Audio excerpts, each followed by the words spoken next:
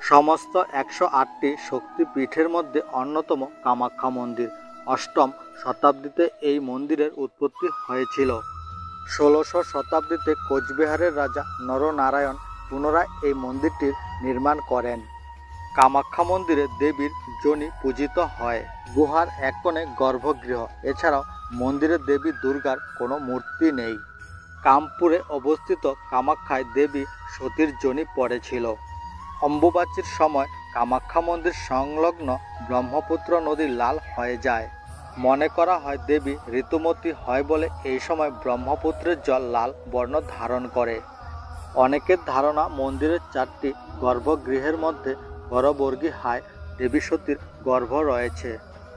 পুরাণ মতে শিবের সঙ্গে সতীর বিবাহে অখুশি রাজা দক্ষ যজ্ঞের আয়োজন করেন।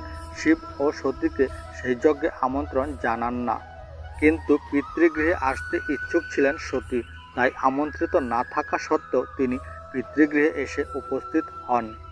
সেখানে রাজা দক্ষ তার ও শিবের অপমান করেন। স্বামীর অপমান সহ্য করতে না পেরে সতী যজ্ঞকুণ্ডে আগুনে ঝাঁপিয়ে পড়েন। শিব সেখানে পৌঁছে প্রথমে দক্ষের শিরচ্ছেদ করেন, পরে সমস্ত দেবী দেবতার মিনতি স্বীকার করে ছাগলের মাথা লাগিয়ে দক্ষকে পুনর্জীবিত করেন। এরপর সতীর নিথর দেহ কোলে তুলে শিব সেখান থেকে বেরিয়ে যান ও তাণ্ডব শুরু করেন। শিবের উগ্র মূর্তি দেখে চিন্তিত দেবতারা বিষ্ণুর শরণাপন্ন হন।